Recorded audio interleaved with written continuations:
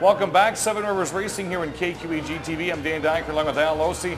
We are at Feature Sports Bar and Grill in West Salem, just across from the racetrack, as our four guests, Curt and Mandi, Jonathan and Kim. They're all part of the Eckelberg Racing Family, the biggest family of racers at the Speedway. And we're going to bring them in here in the program in just a couple of moments. Features, I'm seeing their name on a lot of other cars at the Speedway this year. I can understand why. It smells so good in here and the food is good. And in between breaks, they wouldn't allow me to get anything to eat, so I'm going to have to wait till we're done with the show today. Looking at what happened at the Dells Raceway Park, we told you folks that this show is full of karma. And I want all four of the Eckelbergs to understand this. Every time we have a driver on this show, they go out and win the next weekend. Davey Pennell was on last weekend. What did he do at the Dells? He won the feature last weekend. It's karma. I'm telling you, it's karma. And one of the things we do is we tell you, you have to come out and win. There's no ifs, ands, or don't break the streak, especially Mandi. Even though Mandi was running quite strong the last time the Hornets came out, I think, would you finish in the top 5? Yep, 4th in the heat and 5th in the feature. All right, well, I can't say she's a bad driver. At least here I can. At the track, I say it all the time. Congratulations, Davey Pennell, 17 years old. In the Bandits, if you follow the Cooley Go-Kart Raceway, a young man by the name of Spencer Wilhelm, I knew out there last year announcing the races, 12 years old, and he became the youngest winner ever in the history of the Dells Raceway Park as he won the Bandit feature last weekend. Congratulations, Spencer. I know his dad's been doing a lot, getting 2 different cars out there this year, and a nice job, Spence. Third time this year, Clifton Saucy won the won the Sportsman feature at Dells Raceway Park. Legends made the return back to the Raceway Park last weekend, and Aaron Moyer made Victory Lane his own. Next up at DRP this weekend, it's the final 4th night. Kids have a chance to win a bike donated by a DRP racer. Spectator one-on-one races also take place, and Rich Bickle will be racing his Outlaw Super Late Model in a 20-lap exhibition against outlaws from the area, including Dave Klein and Pete Moore. Nice to see the Rich Bickle name back in western Wisconsin. Yeah, I was surprised to hear that. I actually did a race with Rich Bickle at the Phoenix Speedway with the when they were sponsored by Purina Dog Chow for a cup event. So it's kind of nice to see him getting back into racing, at least up in here. I'd like to see him back and run at lacrosse once or twice as well. Season point championships, it's come down to this at Mississippi Thunder Speedway in Fountain City. There will be season championships for all classes except for B mods coming up Friday night. 7 o'clock start, 600 mods, Minnesota Street Stocks, USRA B mods, Minnesota Super Stocks, and the USRA Modifieds. Danny Hansen trying to win his 4th straight track championship in the Super Stocks.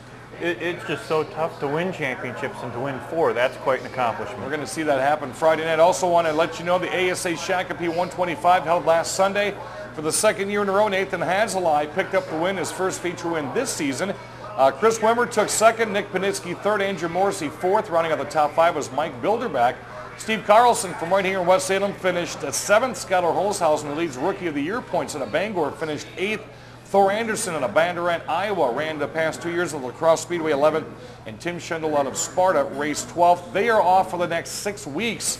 They're getting ready for the 46th Annual National Short Track Championships coming up October 2nd at the Rockford Speedway. I'd like to welcome in our guests, all featured and sponsored by Feature Sports Bar and Grill this year. We've got late model driver Curt Eckelberg. His daughter Mandi drives a Window World Hornet. To the right of Al Losi, sportsman driver Jonathan Eckelberg, and part-time Hornet driver Kim Eckelberg. Welcome to the program, guys. Thank you. It's great to be Nice here. to have you finally come in. We'll start off with Curt, and I was thinking on the way over to the taping today, Al and I have talked several times during the year on drivers that never come from the go-kart track or make their way through the Hornets and the Thunderstocks and the Sportsmans. What encouraged you to jump into a late model?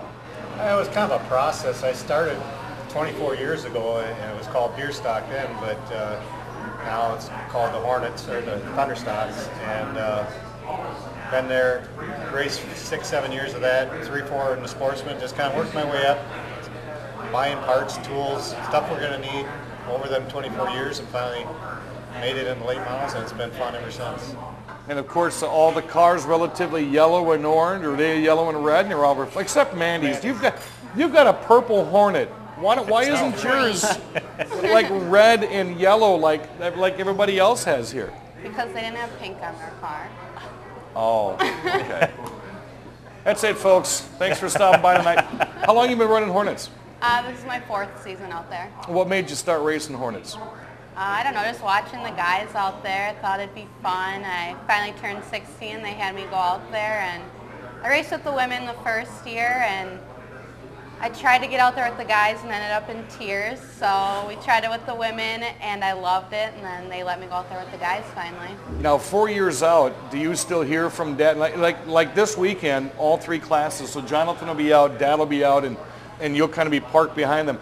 Do they come over and still give you any more advice or hints, or are they pretty much saying, you're a veteran after 4 years, you're on your own? Well, I still asked for a little bit of help every once in a while. We had some problems. I couldn't figure out the corners, and they all kind of talked to me about it, and we figured out what I had to do to get faster. So. But the last time the Hornets came out, they're averaging 36 cars this year. You had a feature that had 17, and I think the second one had 14 to finish in the top 5. That was very respectable. Yes, it was a lot of fun, and kept getting stuck behind a couple different cars, and I'm hoping for a win yet this year, but we'll see. Now, what does the future bring? Are you going to keep doing this? So I know you got school coming soon enough. Yeah, we're leaving next weekend, but I don't know. If I have to stay in Hornets again for the next couple of years, I will. Hope to move up eventually. Alrighty, Jonathan and Kim are on the other end down here, and of course, Al, you guys park, well, where you park, you can see Jonathan's hauler, whether you like it or not, in between the rows. Yes, we can. And I do have a question here for Kim. Racing is a family sport, and mothers usually are the ones who really run the family, no matter what the dad says. Now, you've got 4 drivers here, and I know that we only have 1 out at the racetrack, and when we come home, my wife has to take care of all of us. How do you take care of everybody who's on the racetrack at the same time? They come to features and feed them afterwards. That's true, we do. We just, I don't know, kind of take care of each other, I guess. It's really not been that big of a problem. Been doing it for so long that I guess it just kind of comes natural. And Now, like this coming weekend, I know where you stand to watch the races, and I know if Jonathan spins, what your reaction is. And then if Curt and Jonathan have both spun, I know what your reaction is. Do you have the heart to actually watch all 3 of them race at the same time? I do. I'm pretty comfortable watching all of them race. They all do a great job, and it really doesn't bother me so much anymore. Now, when you go out there and race, when they bring the moms in and all 4 of you in the truck, who's left to root for you in the stands? The Curran family does. Yeah, the Curran family off camera today in the Boone's Farm Fam Club, so you still have a fixture right there. That's right, we do. Now, Jonathan, UW Green Bay is where you attend college. First off, how long have you been racing? This is my 6th season, or was my 6th season racing. I started out in Hornets, raced a few years there, and we went out and bought a sportsman car, and I jumped up into there, and it's been a lot of fun. And do you enjoy the larger track, and do you ever think about getting into a late model so that you can take on your father? I do like the big track a lot. More speed is always good. But my dad definitely brings up the late model discussion quite often. Him and my mom don't necessarily see eye to eye on that issue. But there's definitely talk about it happening in the near future. But for now, I've been very happy and really enjoyed the sportsman car. And it's been a good season, and I'm having a lot of fun out there. Eckelberg Racing Family, our guests on the Seven Rivers Racing Show here at Feature Sports Bar and Grill. They sponsor all 4 of our drivers, plus a lot more at the La Crosse Fairgrounds Speedway. When we come back, we're going to pick their 4 minds a little bit further when it comes to racing here on Seven Rivers Racing on KQEG TV.